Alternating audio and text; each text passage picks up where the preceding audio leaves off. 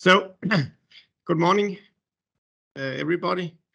Good day for some, good evening, maybe also for some. My name is Lars Hauer Larsen, and I am going to tell you about our microsensors, the theory behind them, the design, and also a little bit on how they are applied correctly. So, I'll start with sharing the screen here. See if I can make it work. So a little bit about me. This is a younger model of myself. I'm a PhD in microbiology from University of Aarhus in Denmark, and I am a co-founder of Unisense, which was founded back in 1998. And since then, I have been CSO here in Unisense and responsible for development, production, and production of Unisense microsensors. So this is, I have two agendas here. The part one is more the theory behind the sensors. We have first the amperemetric microsensors, introduction to the principle. What do they actually measure? Is it partial pressure or concentration? Then we have the potentiometric microelectrodes, also introduction to the principle, and then a little bit about the pH and redox electrodes, and at last we have the oxygen uptrodes. So the second part was a bit shorter. I will elaborate a bit on why the tip size of the sensors is important when you profile in gradient systems. I will also go into detail with some aspects of measuring dissolved gases with amperemetric microsensors. And then at last, I will explain a bit how you can identify a broken microsensor. So I'll start with the amperemetric microsensors, sometimes also named as Clark-type sensors. So here you see a schematic view of a microsensor tip. Unisense amperemetric microsensors are completely electrochemical cells, which are shielded from the measuring environment with a tip membrane, which is then permeable to the analyte. Because oxidation or reduction of the analyte is the detection principle, the signal is the number of electrons that runs from or to the working electrode to or from the reference electrode. Thus, it's a current. We have amperemetric sensors for hydrogen, for nitrous oxide, for nitric oxide, hydrogen sulfide, and oxygen. Here you see the different components which are assembled to a working amperemetric microsensor. From the left, you see the glass casing, you see the working electrode, you see the guard electrode wire, the reference, and the electrolyte. And to the right, here you see an assembled microsensor before we mount it with cables and connectors. Here's a couple of photos that demonstrate the assembling of a working electrode in a glass casing under a microscope. The exact position of the working electrode relative to the membrane is extremely important for the microsensor performance. Therefore, the sensors are assembled under a microscope. I would like to present the different parts of a Unisense amperemetric microsensor and explain their function. The casing here, the glass casing, is the pen-shaped glass casing, which is tapered to have the desired shape of a microsensor. We often ask why such fragile material as glass is chosen for the microsensor casing, and it has several reasons. And in fact, glass is the only material which is possible for us to use. Glass is surprisingly sturdy and flexible compared to other materials down at the same diameter. The glass can be cut to the desired micrometer by use of a sharp diamond knife, even down to a few microns. It is possible to shape glass tubes to a tapered design by use of heating flames and heating loops, and such tapered design gives the tip an excellent sturdiness when inserting it into your sample. So the only membrane material that we can use, which has a sufficiently high permeability to gases to be used for the microsensor tip membrane, is silicon. And silicon binds perfectly to glass surfaces, which it does not to plasts or metals. And most importantly, glass is transparent, so we can position the membrane and the working electrodes correctly by use of a microscope. The microdesign determines the performance of the sensor, so it's very, very important that we can control the position on a micrometer scale. The membranes in our amperemetric microsensors is made of a silicon elastomer. The function of the membrane is to make a barrier between the electrochemistry inside the sensor and the sample outside. Only uncharged volatile compounds like gases diffuse through the membrane. Thus, ions, polar and non-volatile molecules do not penetrate the silicon membrane. The working electrode reduces or oxidizes the analyte by taking or giving electrons to or from the reference electrode here. It consists of a platinum wire, which is etched down to a few micrometer in diameter and covered with a thin layer of high electrical resistance glass, this green glass here, in order to shield it from the electrolyte and other sensor components. The glass cover is removed in a few of the few outer micrometers of the platinum wire by an etching process, thereby enabling electrodeposition of the desired working electrode metal. Not only the type of metal, but also the surface structure of this working electrode is important in order to optimize the catalytic properties of the working electrode. The reference electrode is placed in top of the microsensor, 10 to 15 centimeter away from the working electrode. But for sake of illustrating the principle, it is included here in the schematic drawing of the tip. The reference electrode has two functions. It must be able to deliver or receive electrons from the redox process take place at the surface of the working electrode, and it must be able to keep a stable half-cell potential over time, not influenced by the current running in the circuit. The guard electrode is used in sensors where dissolved substances in the electrolyte might react on the working electrode surface, if not removed. This could result in unwanted baseline current. Therefore, the guard electrode is placed in the tip of the microsensor behind the working electrode, which then reduces or oxidizes substances in the electrolyte which would otherwise react on the working electrode.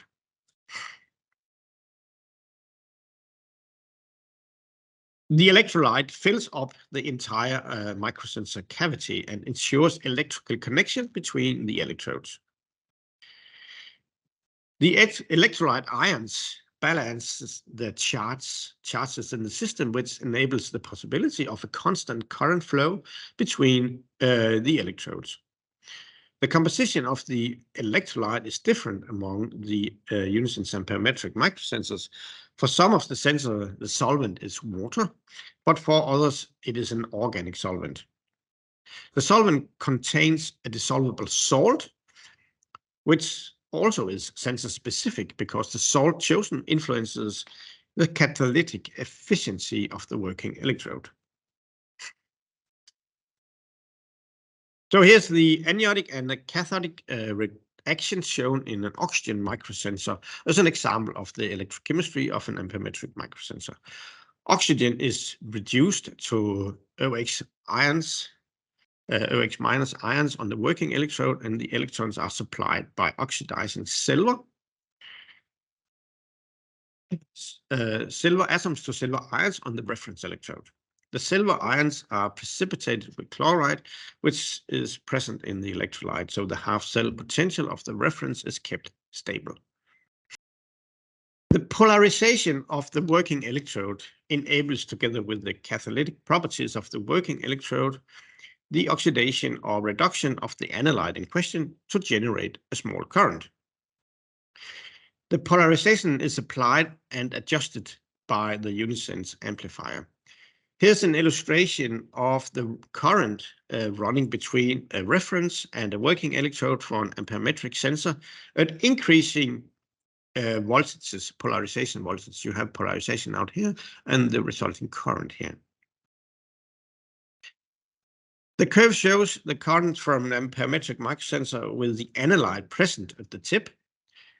And this is the corresponding curve without the analyte present. The current increases with polarization with the analyte is present due to increasing efficiency of the working electrode to reduce or oxidize the influxing analyte. At a given polarization, the signal plateaus, and within a certain polarization span, the current does not change, indicating an efficient reduction or oxidation of the analyte at the working electrode. The span of polarization are thus the range of useful polarizations. The baseline here, or the zero current, is the current generated by the sensor without any analyte present. At a given polarization, the current starts to increase with increased polarization. So because the working electrode starts to catalyze reactions involving the electrolyte constituents. This demonstrates the limitation of the applied voltage, polarization voltage, when using aqueous electrolyte for the microsensors, because water is split on most metals at relatively low polarizations, indicating with this increase here with increasing polarizations. So the use of organic solvent, for example, propylene carbonate, enables the possibility of applying a high voltage on the working electrode because this solvent is not readily oxidized or reduced on the working electrode. So these baseline current curves as a function of polarization illustrates that when using an organic electrolyte solvent, the span of possible useful polarization is much wider. So the sensors for analytes with high redox activation energies will therefore normally utilize an organic electrolyte solvent. An example of this is our nitrous oxide sensor. Nitrous oxide is a very stable molecule, and a high polarization voltage is needed to reduce it on the working electrode. So thus an organic electrolyte is utilized. With this polarization, oxygen is also reduced on the working electrode here and will therefore interfere. Therefore, the nitrous oxide sensors built into a tapered glass casing, also equipped with a silicon membrane. So you see here, the front guard. It contains an oxygen scavenging solution consisting of an alkaline sodium ascorbate solution, vitamin C, which is a strong antioxidant. This solution reduces oxygen, which would otherwise interfere with the nitrous oxide measurement. On the indium working electrode, nitrous oxide here is reduced with a silver anode as a reference. Here we see the cathodic and the anodic reactions.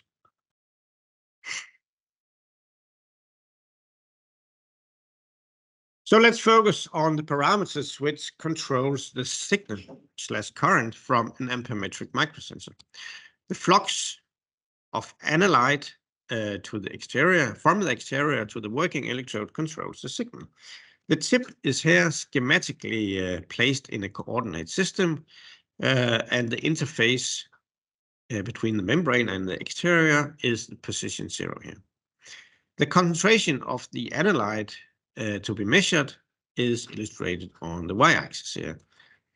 The analyte will be consumed by the working electrode, and thus a steady state. At a steady state, a gradient will establish, resulting in a constant current if the analyte is present like this. The analyte will be consumed by the working electrode, and thus a steady state is then established. The gradient here are illustrated by this red line, and changes in the analyte concentration at the membrane/exterior interface linearly reflects the steepness of the gradient here, and thereby the flux. The flux is controlled by the steepness here of this. You see the equation here, the analyte flux, the steepness of the gradient times the area of the membrane times the permeability of the membrane material. If you have 50% analyte decrease, it results in a 50% decrease in the steepness here, and thus you get a 50 decrease lower flux of the analyte to the working electrode, and thus a 50% reduction in the current running between the working electrode and the reference electrode.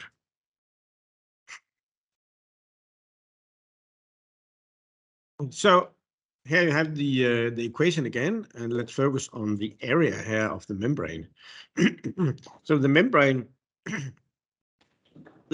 these are applied manually by hand, and as mentioned before, this is glass as we have as the casing material. But we can thereby vary the opening and thereby also the membrane diameter. So here we have one of our small sensors, which has a membrane diameter of 5 micrometer. At a 10 times increase in the tip membrane diameter, it would result in a 100 times larger area of the membrane, which again increase the analyte flux into the working electrode with a factor of 100. Everything else equal. So this will naturally increase the sensitivity of the sensor, but will have negative consequences on the sensor applicability due to the high analyte consumption rate. This will be discussed later in this talk. So therefore, most of our ampermetric sensors have the same membrane diameter regardless of the tip size.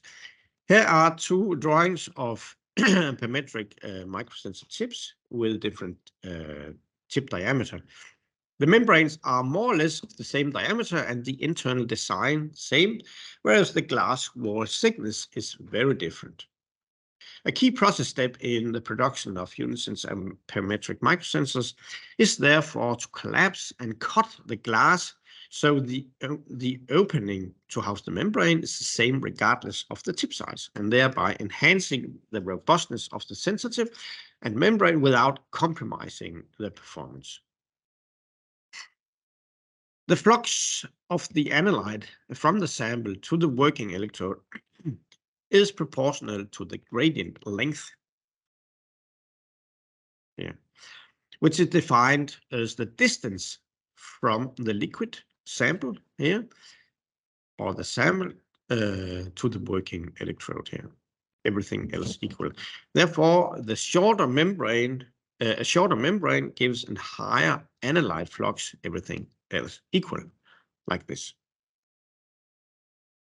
These two. This is much steeper, this gradient here, because of the shorter membrane. The length of the gradient here must not change with changing analyte concentration to have a linear response characteristic. This implies that the analyte must react instantaneously and complete on the working electrode.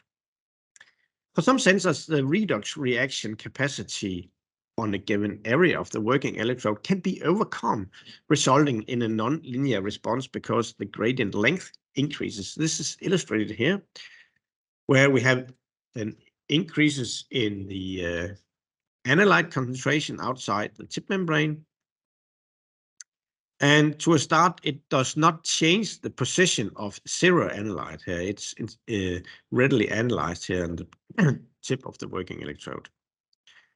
But at a given concentration, the position changes because the capacity is then overcome. And thus, the gradient steepness does not any longer follow the concentration increase.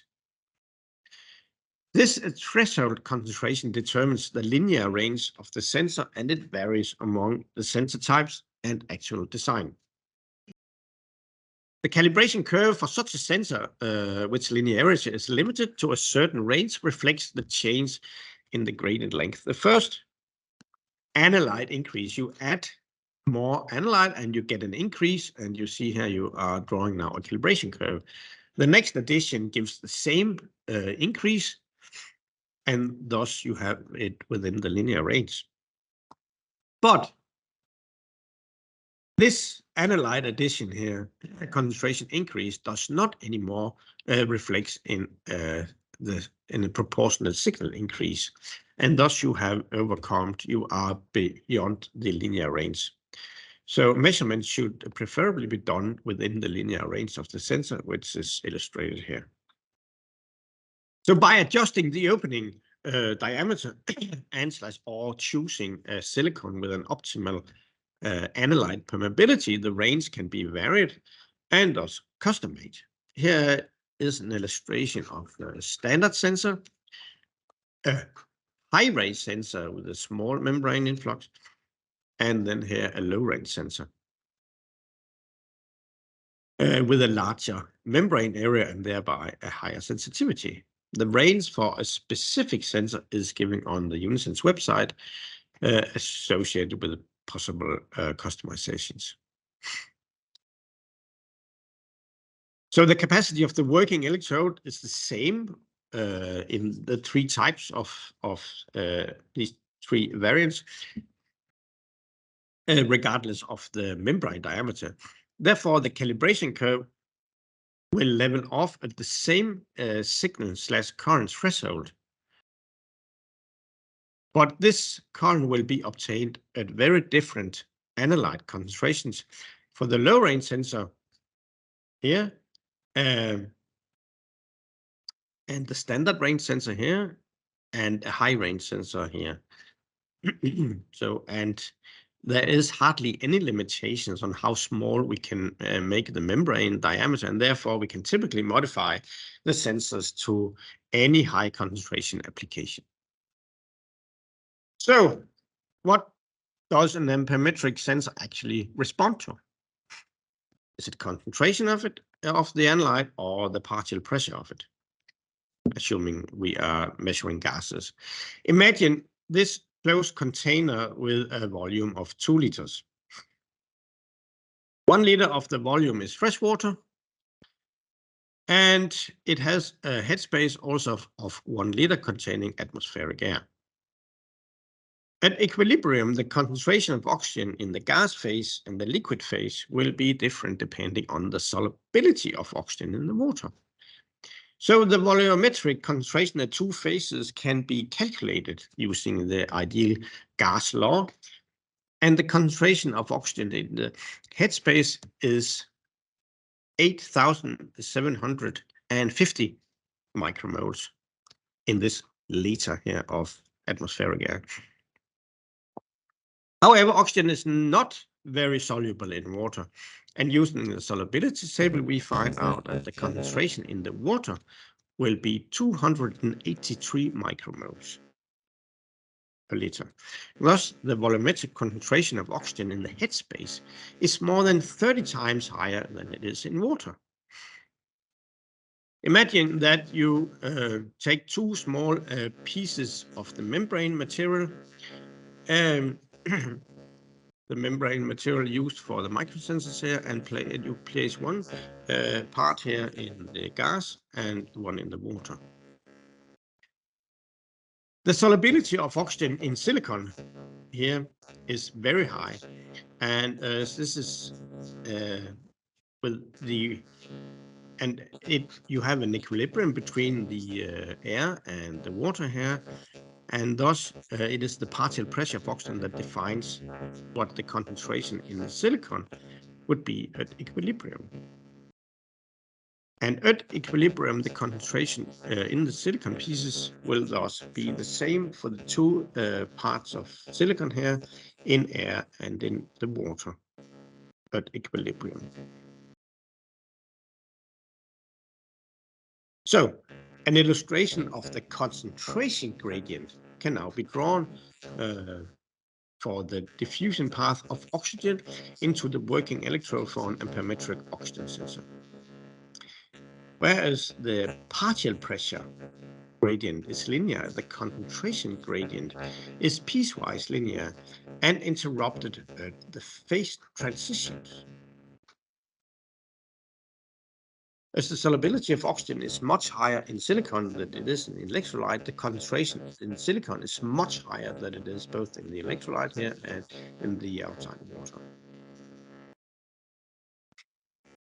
So again, if this sensor is placed in the closed container in both the headspace and in the water, and you have equilibrium with the headspace, the current from the sensor would therefore be the same, or almost the same. There is this small difference in few percent because a diffusion boundary layer here is established when the sensor tip is wet, decreasing the signal in water slightly compared to the signal in the headspace because the diffusion gradient slightly increases.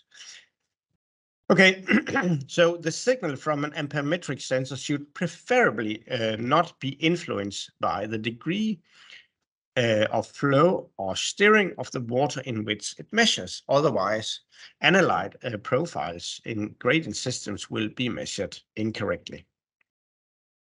Stirring sensitivity is the phenomenon where a sensor signal is lower or stagnant in a medium compared to a stirred medium with the same analyte concentration. It is caused by the analyte consumption of the sensor, resulting in a local analyte depletion in the medium near the membrane of the sensor and the limitation of diffusion. So see if I can find a better pointer here. Is so the diffusion cannot supply the analyte fast enough to not have this diffusion boundary layer here. So the analyte will diffuse from unaffected areas to the affected area to counter this depletion.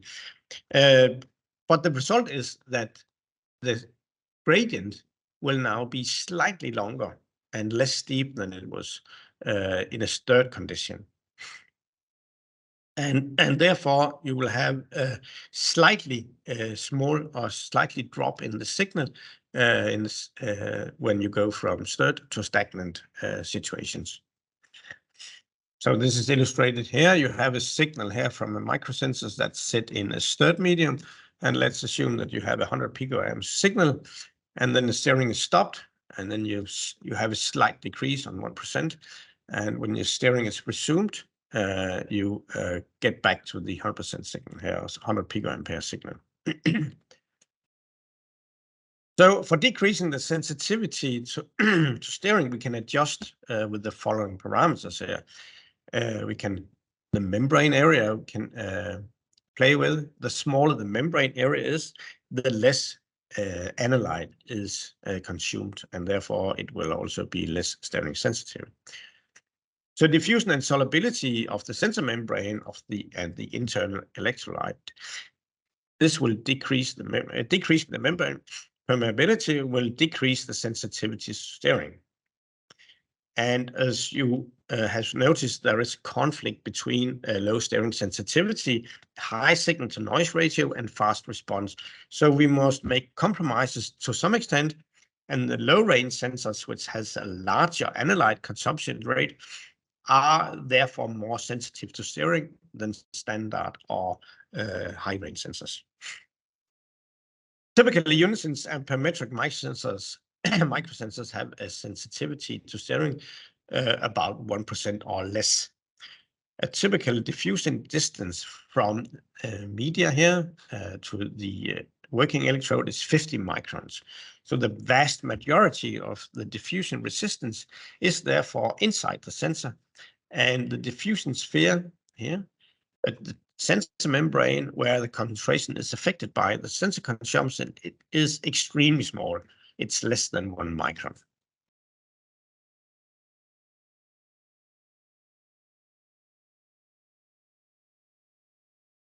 The response time of an ampermetric microsensor is defined as the time it takes for a sensor to respond to a change in the concentration of the analyte outside the tip membrane. It is influenced by the diffusion coefficient of the analyte in the membrane/electrolyte and the diffusion distance from the sample to the working electrode. When the analyte concentration at the membrane changes, the flux into the working electrode must obtain a new steady state until a new steady state signal is obtained. This is illustrated here where the analyte is removed from a media and the partial pressure gradient gradually straightened out and become linear again here along this axis. It is the time it takes for a new steady state gradient to settle which define the response time. We use the definition 90% response time, meaning the time for obtaining the 90% of the 100% signal change.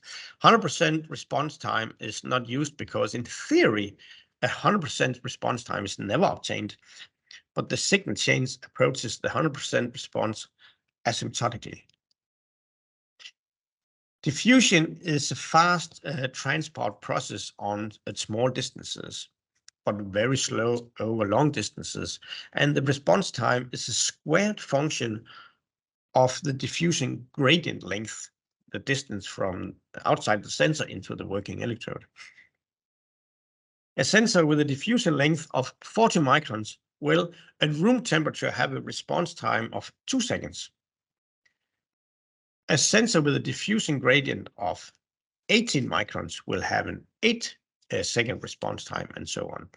So not all sensors can be made with a short diffusion path, and therefore some of our sensors are born with longer response times. For example, our nitrous oxide sensor, where you have a long distance from the outer membrane in the front guard here into the working electrode that reduces nitrous oxide to dinitrogen. So I will now turn to the detection principles of potentiometric electrodes. So the detection principle is measuring the electrode's self-potential here as a function of the chemical changes in the sample. This can be measured if the electrode is connected to a reference electrode, which potential is not affected by the chemical change in the sample, thus the term a reference electrode. The electrode and the reference electrode must be placed in the same sample solution here, which act as a salt bridge, making the electron couples a complete electrochemical cell. Electrons will tend to flow from the electrode having a more negative self-potential than the other, creating a small current, like a battery. If the potential of the electrode relative to the reference electrode changes from negative to positive, the electron flow changes direction. The current that runs between the electrode is, however, not a very good indicator for the potential change of the electrode here, because the current is not stable and will depend on the electrode capacity, which is not very big for a microelectrode. It is much better to measure the potential difference between them. To measure the potential difference, a millivolt meter must be inserted here between the electrode and the reference electrode. A millivolt meter measures the potential by utilizing the principle of Ohm's law. where you have R here, this is the impedance of the meter, the resistance of the meter, which is a constant, of course. Thus, the measured current, I, is proportional to the potential. A milliwatt meter used for microelectrode must have a very large impedance, so only a very minute current is running between the electrodes. Otherwise, the potential measured will not be stable. Therefore, the capacity of the potentiometric electrodes to deliver or accept electrons to maintain the potential determines of the necessary impedance of the milliwatt meter for measuring the potential correctly. The smaller the electrode is, the more impedant the milliwatt meter must be to measure the potential difference between the electrodes correctly. Due to the tiny surface of the Unisense potentiometric microelectrodes, we recommend that the meter must have an impedance of at least 10 to the 13th ohm. And therefore, we only guarantee the specs of the electrodes if it's used with a Unisense milliwatt meter.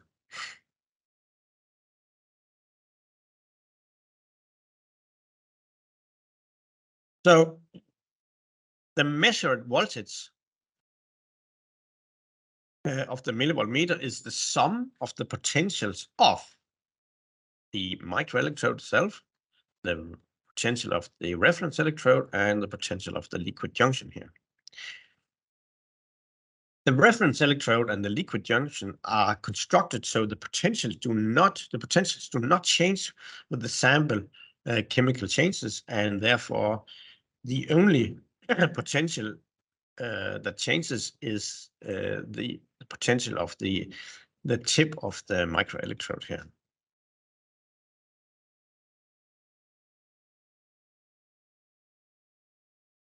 Imagine now that a potentiometric microelectrode and the silver chloride, the reference electrode, are placed in a sample. The millivolt meter shows 150 millivolt. Then the reference electrode is replaced by a calomel reference electrode, and the display shows now 80 millivolt. Why? We have the same sample conditions here. So now recall that the voltage sum here is the sum of the potential of the microelectrode, the external reference electrode, and the liquid junction. So thus, the potential measured is therefore always relative to and dependent on the reference used. Therefore, electrodes must be calibrated and used sample measurements with calibrated and used in these sample measurements with the same reference electrode. You cannot change reference electrode when you are doing measurements. So our pH electrode is a potentiometric electrode. This is these schematic drawings now illustrate how the electrodes works. So this section of glass membrane illustrates that it consists of 3 layers. An inner dry membrane here, and then an inner and an outer hydrated layer. The hydrated layers are very thin in the low nanometer scale range, and protons diffuse in and out of these hydrated layers. The concentration of protons inside in the inner part here is stable because the electrolyte in here is buffered. The concentration of protons in the outer layer is in equilibrium with the concentration of protons in the sample.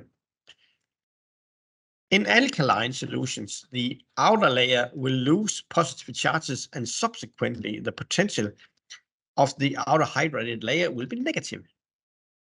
In contrast, the outer hydrated layer in an acid solution will gain positive charges here from protons diffusing into the layer here of the hydrated layer, and the potential will therefore be positive.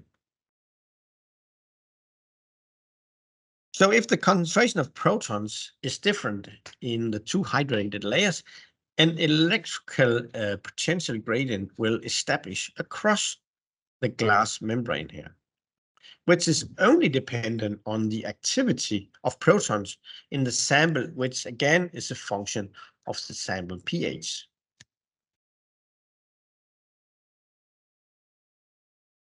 The pH-dependent electrical potential is measured. Is measured by including the pH glass membrane here in an electrochemical cell, where the outer hydrated glass membrane potential is the only potential in the cell which is dependent on the pH.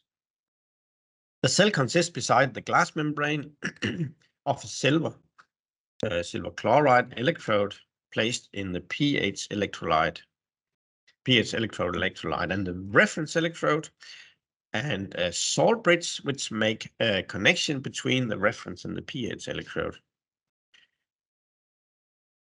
The connection between the reference electrode and the salt bridge sample is ensured by this liquid junction here. You have the liquid junction here.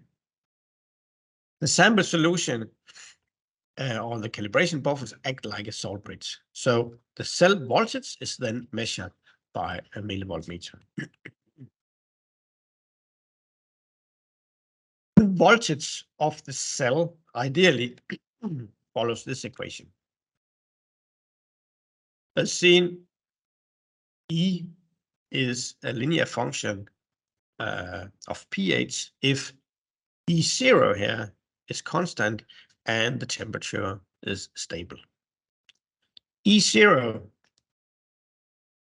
is the sum of the potentials of the silver chloride in the pH electrode, the inner surface of the glass membrane, the external reference electrode, and then the liquid junction. All these potential are stable and not affected by the pH in the sample. The second term here, 0.1984 times T times the pH, is the potential of the outer hydrated layer. And assuming a stable T, the potential is only dependent on the pH in the sample. At 25 degrees Celsius, the ideal potential change per pH unit is 59.2, which is called a Nernstian response. In reality, the change is typically a little less than this.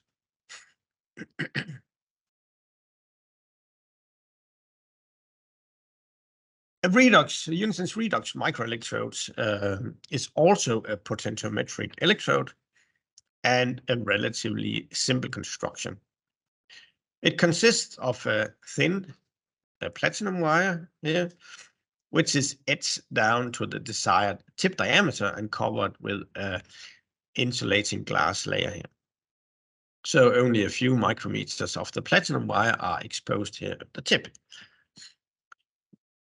If the redox electrode is coupled to a reference electrode and placed in the same solution, a flow of electrons is established, and the direction of the net electron flow depends on the oxidation state of the redox coupled dissolved in the solution here. If the sample contains reduced redox couples, the electrons will flow from the redox electrode to the reference electrode. If the sample with the redox couples is more oxidized, the electrons will then flow from the reference electrode to the redox electrode. So in order to measure the oxidation state of the sample, redox couples a high impedant millivoltmeter is inserted between the redox electrodes and the reference electrode, exactly as it was for the pH electrode. So by inserting a high impedant millivoltmeter, there's practically no flow of electrons, and the potential difference is measured by this millivoltmeter. In complex samples with more than one redox couple measured, the measured voltage does not give information about the oxidation state of any of the redox couples. The measurement indicates just the overall oxidation state of the sample, averaging all involved redox couples. This is very important to be aware of. So in samples with more than one redox couple, the measured voltage does not give information about the oxidation state of any redox couples, only the average. The measurement indicates just the overall oxidation state.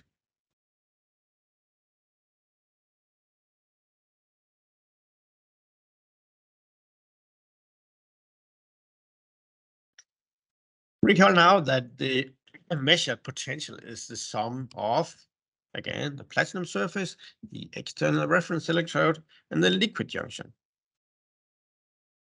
Thus, the potential measured is therefore always relative to and dependent on the reference used. But if the sample potential measured is dependent on the reference electrode in question, how can measured samples potential be compared at all? They can if the potential of the reference electrode used is normalized to a common scale. And for many years ago, the scientific community nominated the standard hydrogen electrode, SHE electrode, as the electrode which all other potentials are defined against. The standard hydrogen electrode is an electrode consisting of platinum inserted in 1 molar HCl acid, and and on top here you have a hydrogen gas at a pure hydrogen gas at 1 atmosphere. If you connect this electrode to the widely used silver chloride electrode via salt bridge, a potential difference of 210 millivolt is measured if you have a millivolt meter inserted in between them. All measurements with this specific reference electrode must therefore be added 210 millivolt to be normalized to the standard hydrogen electrode scale in order to be compared with other redox measurements. So this is illustrated here.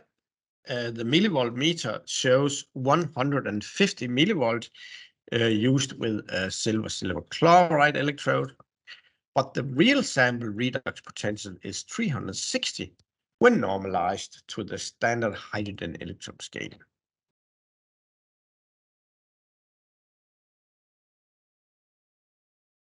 Now I'll turn to our oxygen micro-optodes.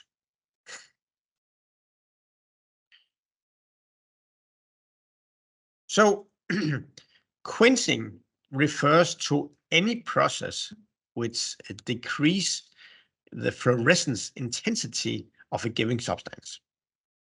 Oxygen has such ability, and this has for several years been utilized optically to detect oxygen. This slide illustrates how oxygen suppresses fluorescence from an excited dye you have here, which with a 220 nanometer light emitted from an LED. So without oxygen, the dye emits now 760 nanometer light when the dye molecule jumps back to the non-excited state. In presence of oxygen, the fluorescence is suppressed due to a non-radiative energy transfer of the energy between the dye and the oxygen. Thus, the more oxygen, the less fluorescence from the dye. If such suitable dye complex is dissolved in a polymer matrix and applied on the tip of a tapered glass fiber, you have an oxygen-sensitive optode. Oxygen must be dissolvable in the polymer so oxygen can diffuse into the dye from the sample. We use polystyrene as the matrix using a unique method for activating a glass fiber to get optimal bonding between of the matrix to the surface of the glass surface tip here. The oxygen concentration dissolved in the polystyrene matrix here governs the fluorescence from the dye, and this concentration is a function of the partial pressure outside the polystyrene, not the concentration. It's exactly like the amperemetric sensors. It measures oxygen partial pressure, not concentration. This is a photo of the glass fiber equipped with dye containing polystyrene matrix here. The fiber is tapered using an etching technique.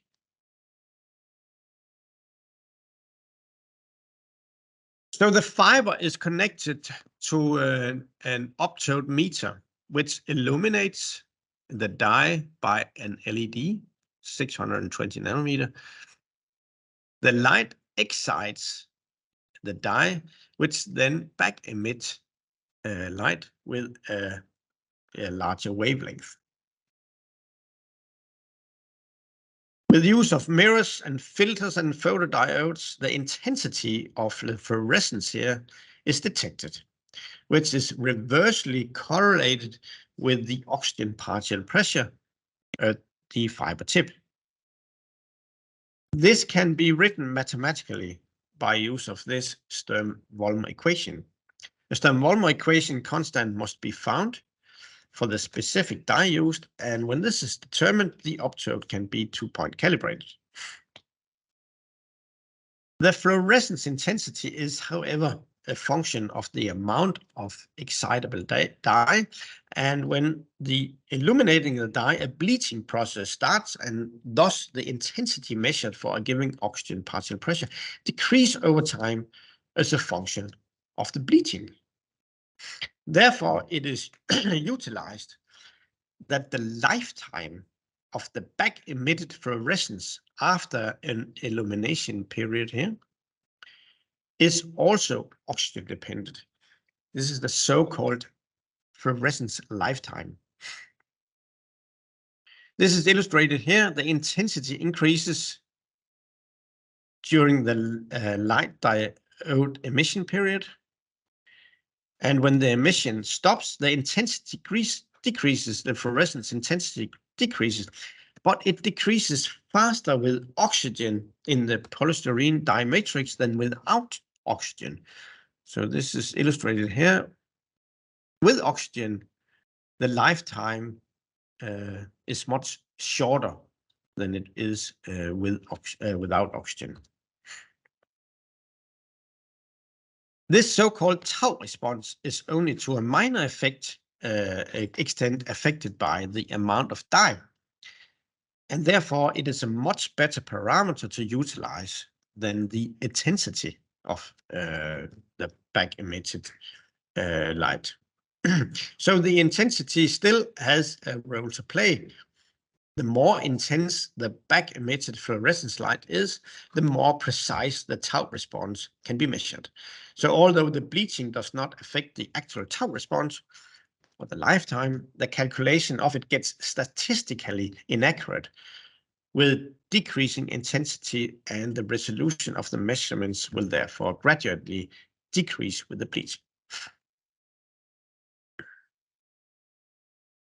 The optode meter emits modulated light with a 4 kilohertz frequency and with a light pulse duration of 10 milliseconds. So the optode meter receives therefore a modulated light response from the fluorescent dye with the same frequency, but with an oxygen-dependent delay, the so-called phase shift here. You see, here's the fluorescence with 100% oxygen, and this is the curve without oxygen. So the phase shift is used as the uncalibrated value seen in the Unisense software named as delta phi as the unit. This is the mathematical expression of this phase shift. Top to top of a sinus curve is 360 degrees, like it is in a circle, and the less oxygen, the larger delta phi.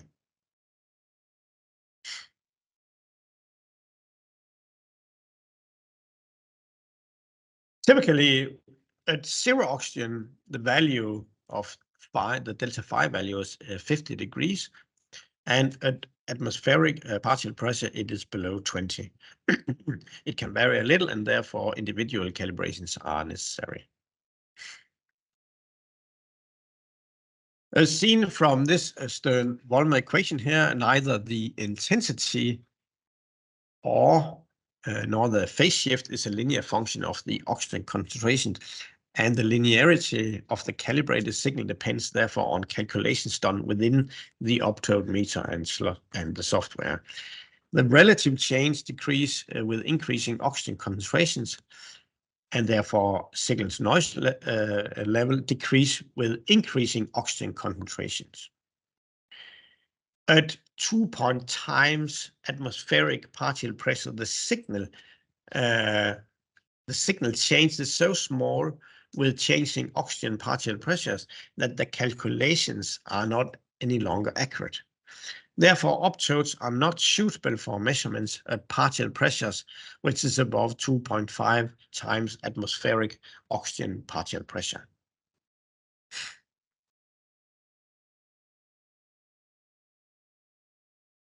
The Stern-Volmer constant is temperature dependent, and thus the phase shift is also temperature dependent.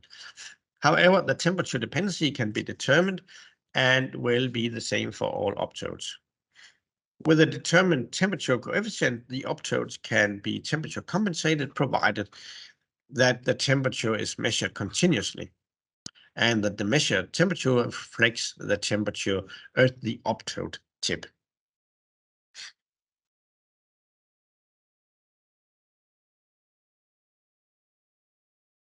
Okay, now to the next part of the talk here. It's a bit on how to apply the microsensors correctly. I will start to discuss the importance of the tip size when doing profiling or microprofiling in biologically active samples. When considering tip sizes, it often comes down to a choice between robustness and being able to measure the natural profiles without disturbing them. In most biologically active matrices, transport of dissolved substances relies on molecular diffusion, and diffusion is, as you're probably aware of, at the scale of a bacterium, extremely fast. On larger scale, diffusion is an extremely slow transport process. This is very important to consider when choosing the right sensor, because that sensor tip blocks free molecular diffusion and have therefore the potential to disturb natural gradients. And this potential problem applies to all sensor types, including ampermetric, potentiometric, and optical microsensors. The smaller the tip is, the less does it disturb the gradients. This slide shows the area of sensors with different tip diameters. If you look from below, as seen, the area of 100 micrometer microsensor tip is 100 times larger than it is for a 10 micrometer oxygen tip, sensor tip. In all measuring aspects, a small sensor is superior to a larger sensor. The only downside is that it is fragile and it breaks easily. So typically compromises must be considered, and not all biologically active matrices are microsensor friendly. Stones, muscle cells, whatever. For illustrating the problem profiling with a large sensor in gradient systems, let us consider a gradient system with a large oxygen consumption rate. You have the sediment here and the overlaying water. You have the depth here, and you have the oxygen concentration out on the x-axis here. So oxygen is supplied to the sediment from the overlaying water by molecular diffusion. So we start now with measuring the profile with a 10 micrometer oxygen sensor and get a nice parabolic shaped profile. We can do this over and over again and get the same in the same point without any change of the measured profile, indicating that we have no disturbance of the gradient system. Now we substitute the 10 micrometer sensor with a 500 micrometer sensor, and we get a much steeper profile. And it is difficult to get replicates with the same profile. Why? Imagine for a given cross section within the sediment in the oxygen layer, because it is a, here you have it, because it's a 2D system, the oxygen concentration is the same over the whole area of this cross section.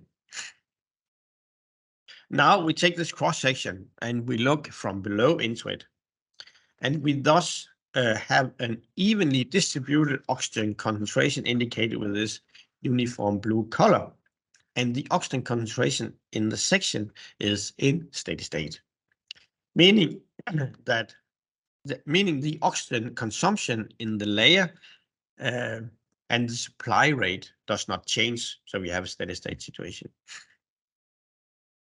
Now we place a large sensor in this layer indicated with this blue circle here, and the oxygen sensitive area is in the middle of the tip.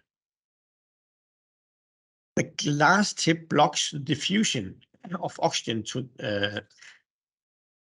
the bacteria under the tip, which cut off the supply of oxygen, which must diffuse around the sensor tip to get to the sensing point here. But the bacteria, they consume a lot of this oxygen, and hypoxia starts to develop under the tip. In contrast, a microsensor tip will not disturb the oxygen concentration due to the extremely efficient diffusion at small distances. Obviously, the problem gets bigger with a larger sensor tip and volumetric oxygen consumption rate. But how can you tell if a sensor is too big? Well, imagine again the matrix from we had before. Overlaying water, sediment, and you have the depth here and the oxygen concentration out here. Let's take a closer look on the data that we obtain with this microsensor tip when we do profiling.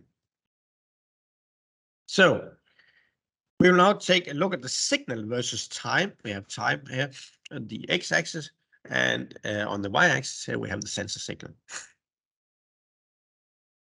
And we start profiling and observe the online signal. So the arrows here indicates a new position.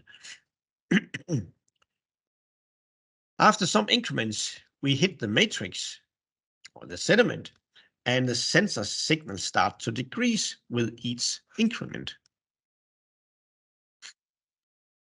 until we reach 0 at a given depth. Looking closer on the signal change after an increment, it is obvious that we've reached a stable plateau, which is within the response time of the sensor. That proves that the sensor tip does not affect the natural conditions. Let us look at the same signal versus time pattern when profiling with a sensor with a large sensor tip. What we see is that the signal does not reach a plateau with a chosen time between increments. And looking closer into it, the signal change is not stable after a given increment. we see that the signal still drops way longer than the response time of the sensor. Therefore, it is evident that the sensor disturbs the natural concentrations by blocking the supply of oxygen to the sensitive area of the tip.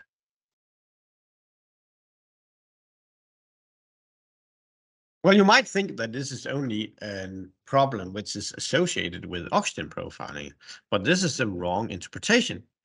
Let's consider a sediment here where you have a zone where sulfide is oxidized with oxygen.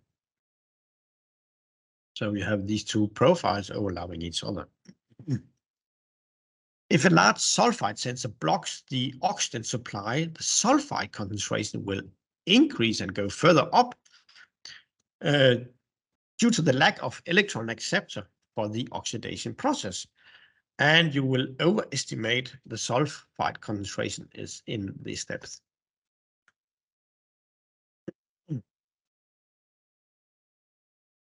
Well, another important issue when using large sensors is the disturbance of the diffusion boundary layer. The diffusion boundary layer here is a thin layer of stagnant water at the matrix interface here with water, the overlaying water. So the turbulence will hit a sensor approaching this diffusion boundary layer, and it will erode. It will erode here down a little, so turbulence will get into the diffusion boundary layer here. But with a larger sensor, this is much more pronounced effect because it will create more turbulence and erode the boundary layer even deeper. The larger the sensor tip is, the larger this disturbance will be.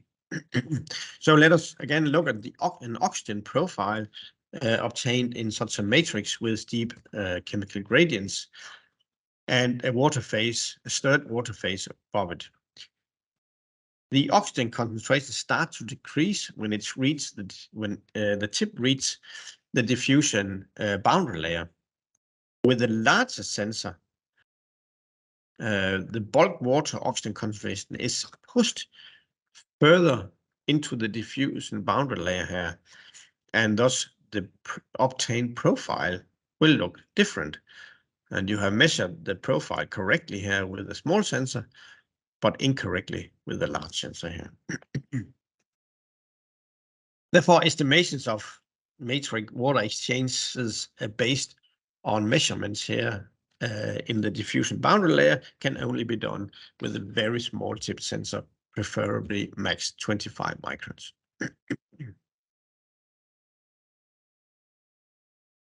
Oxygen optodes are normally not recommended for profiling in matrices. This dye matrix here is vulnerable to the grinding effect in inorganic matrices, for example, sediments.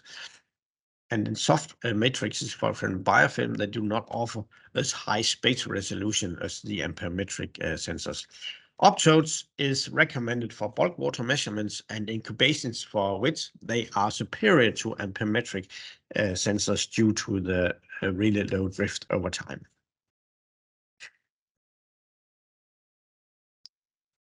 So, and I'll turn to the effect of temperature and salinity on your dissolved gas measurements. And this apply both to ampermetric sensors and optodes.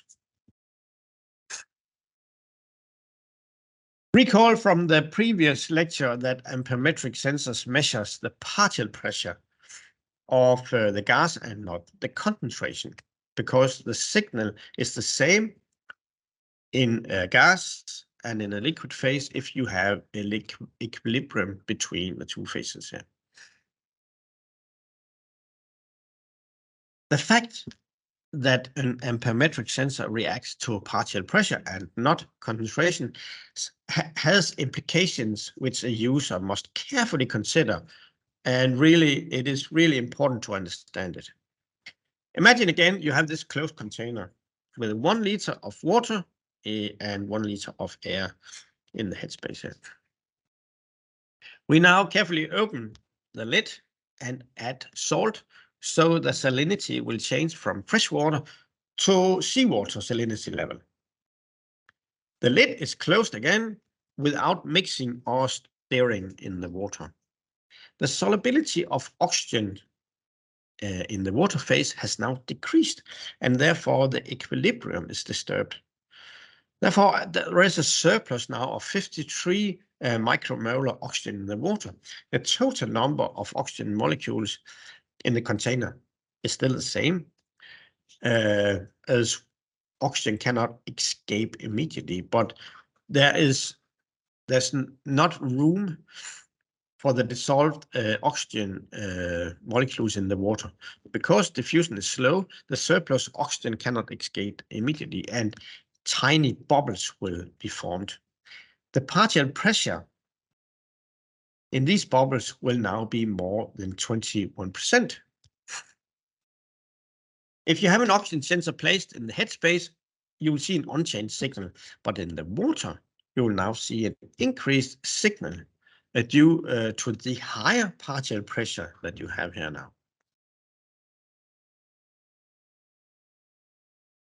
Over time, by convection and diffusion, the equilibrium will now be re-established here.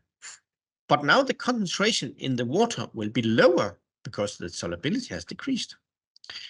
The surplus of the 53 micromole diffuses into the headspace.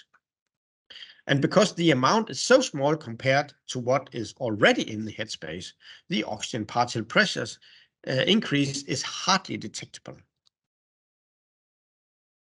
So this is the change that you have in the overall partial pressure.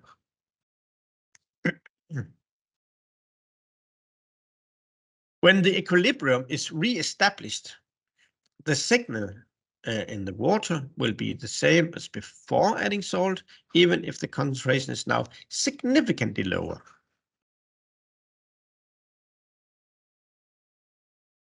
If the addition is made to a closed container without any headspace, the situation is different.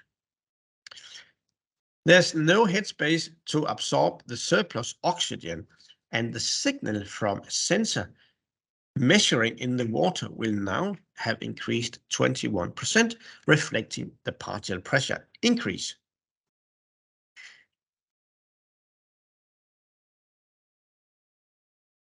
Oxygen is not very soluble in water. What if we make the same experiment with a more soluble analyte like nitrous oxide? Again, we consider a closed container with 1 liter of fresh water and 1 liter headspace. The headspace now contains 1,000 ppm N2O, which is 1,000 molecules out of 1 million. We calculate the molar concentration in the headspace using again the ideal gas laws, and as before, we get then 41 micromoles per liter headspace. The equilibrium concentration in the water is now calculated using the solubility table for nitrous oxide in water. The concentration at 20 degrees Celsius will be 28 micromoles per liter. So the headspace concentration is now only 1.5 times higher than the concentration in the water phase. Now we use a nitrous oxide microsensor to measure in the two phases, and as before, we get more or less the same signal as expected because we have the partial pressure equilibrium between the phases.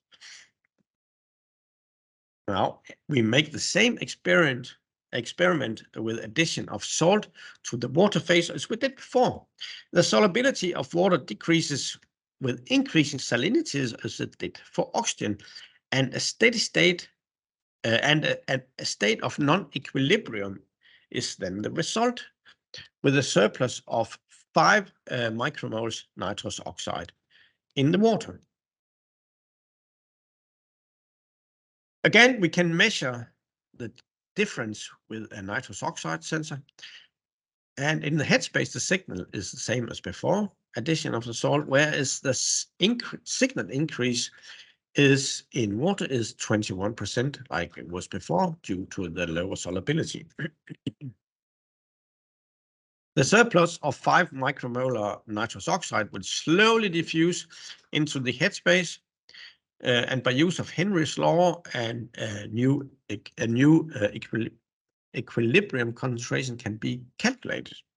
So partial pressure of nitrous oxide in the headspace has gone up now with more than 8%, because the surplus of 5 micromole is a substantial amount compared to the 41 micromoles present before the salt addition. Signals is the same in the two phases again, but the partial pressure and thereby the signal has overall now increased 8% in the system. If the salt addition is made to a closed container without headspace, the situation is comparable to what we saw for the less soluble oxygen. There's no headspace to absorb the surplus nitrous oxide, and the signal from a sensor measuring in the water will have increased with 21%. So when mixing calibration solutions with dissolved gases, it is important to consider that amperometric microsensors respond to partial pressure and not concentration. The resulting partial pressure in the calibration solution depends on the analyte solubility of the calibration water. Now consider these two open containers. The one to the left contains fresh water, and the other here contains seawater. Now, from a stock solution of nitrous oxide, we add nitrous oxide, so we get a concentration of 100 micromolar in both these two solutions. So we measure the signal in the freshwater solution here at 20 degrees Celsius, and we normalize the signal to 100 picoamp in this freshwater solution. So what is the expected signal in the seawater now? The signal, the solubility in the freshwater is 21%, 1.21 times higher than it is for the seawater. And therefore, the partial pressure of nitrous oxide in the seawater is 21% higher than it was in the freshwater. The signal from the nitrous oxide sensor is therefore 20% higher compared to the signal here, even if the concentrations are exactly the same. Therefore, it is important that such solutions are mixed in water with the same salinity as the sample solution that you are going to measure in.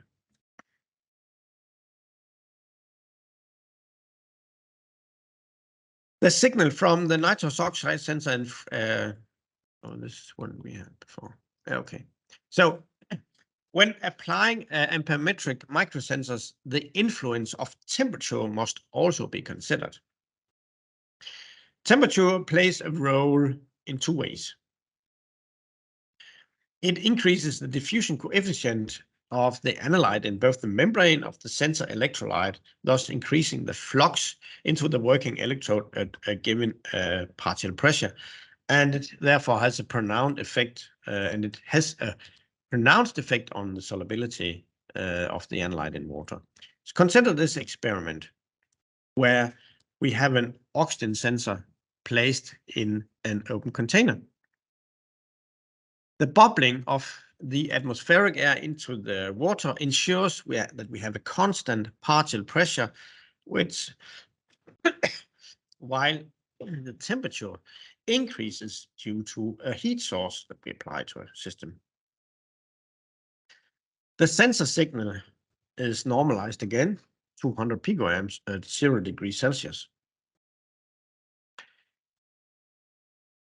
And you can see the gray curve here that indicates the signal change with increasing temperatures.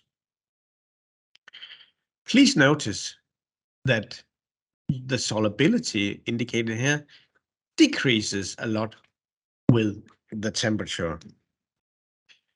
So the concentration in the water has decreased from more than 500 micromoles to about 250 when you go from 0 to 40 degrees Celsius.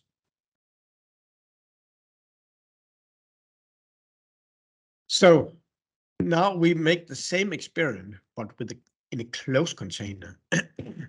We apply heat and we look at the signal change over time. So we started at 0 degree with saturated atmospheric partial pressure in the water here. So now observe this curve.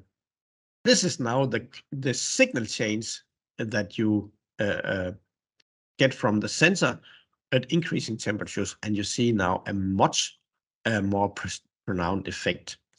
And this is due to you have the combination of two different effects here. You have the diffusion coefficient, like before, is now faster with temperature, but you also see this decreased solubility, which has a pronounced effect, meaning that the partial pressure inside this closed container increase with temperature because the solubility decreases. This is the same effect as you have when you boil water. You see that bubbles comes out due to decreased solubility of gases with increased temperature.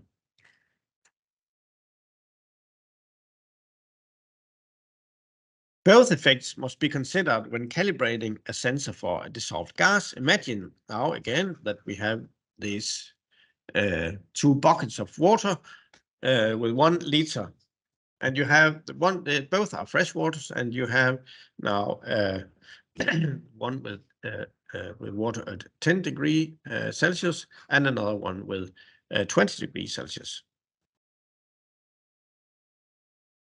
Again, you add from a stock solution nitrous oxide, so you get in both solutions 100 micromolar nitrous oxide.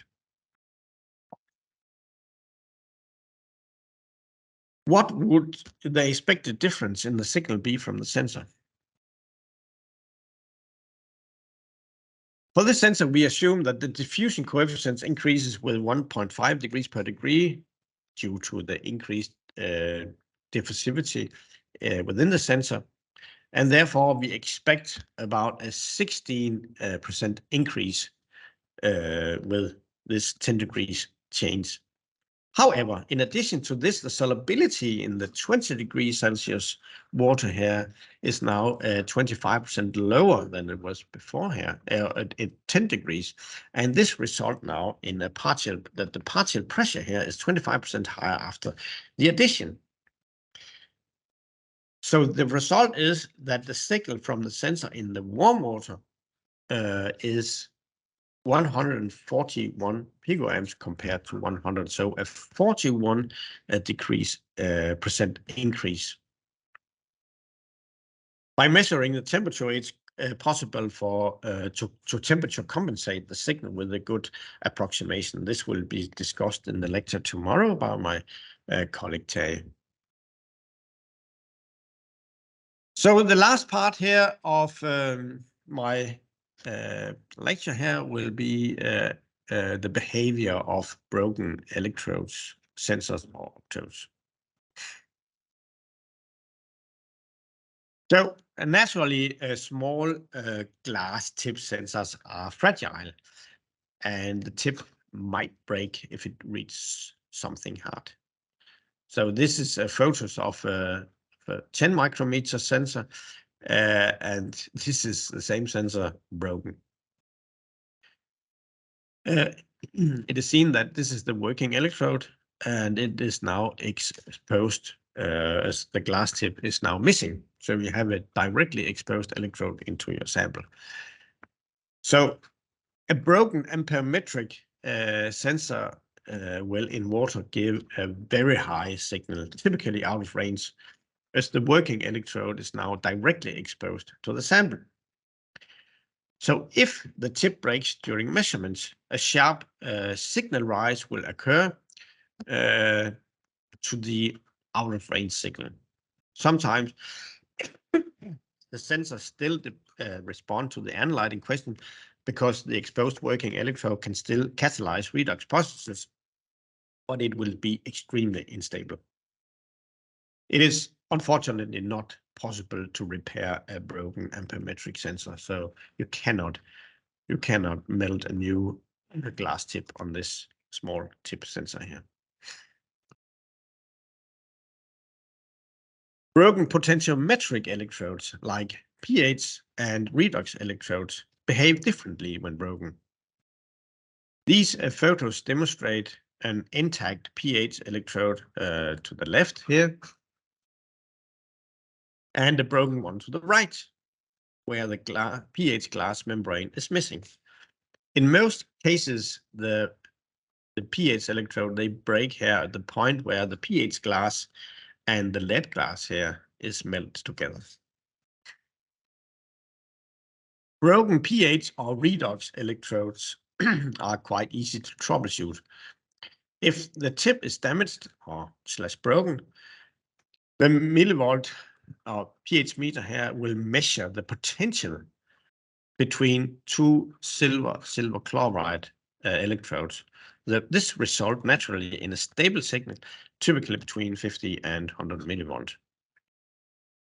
This would also be the case for small electrodes like pH 10 or 25, where the glass membrane is simply degraded too much and therefore have received end of life.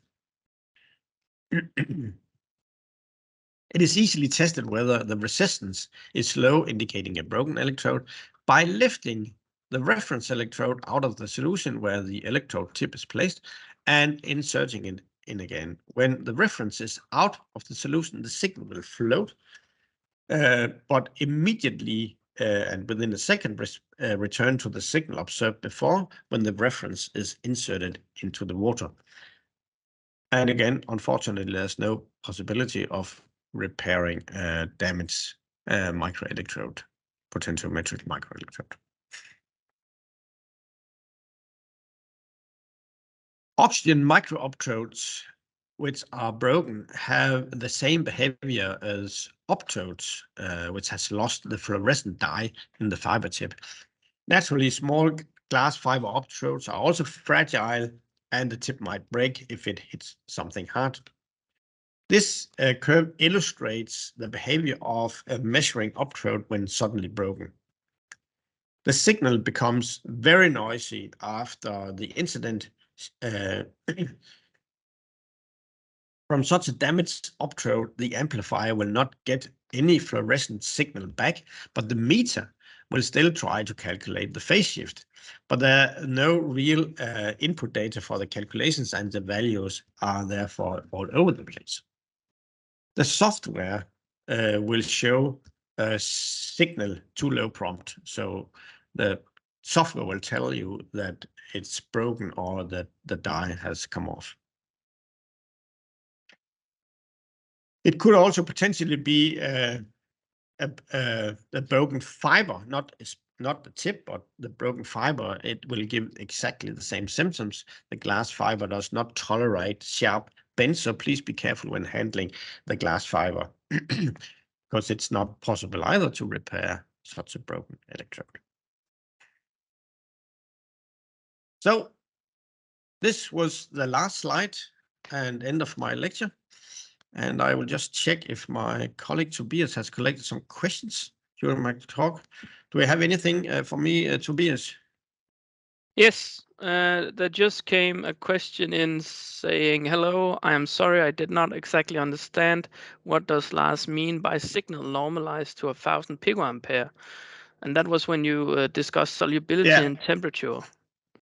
It's just because that when you have the sensor signals are different among sensors because they're handmade.